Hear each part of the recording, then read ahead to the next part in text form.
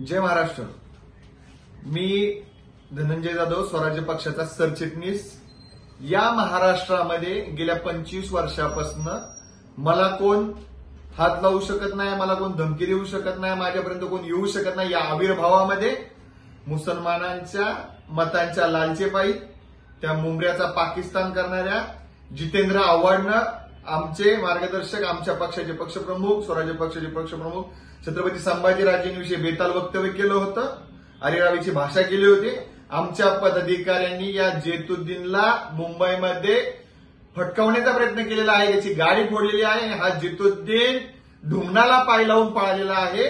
त्या जेतुद्दीननी जर त्याच्यात दम होता तर थांबायचं होतं त्या ठिकाणी। जेतुद्दीनला आमचं सांगणं आहे, महापुरुषांविषयी तू बोलू नकोस, महाराष्ट्राचं जनजीवन विस्कळीत करू नकोस, तू सबोर्डिनेट राहा, अन्यथा येणाऱ्या कालावधीमध्ये तुला या महाराष्ट्रामध्ये फिरणं अवघड होईल।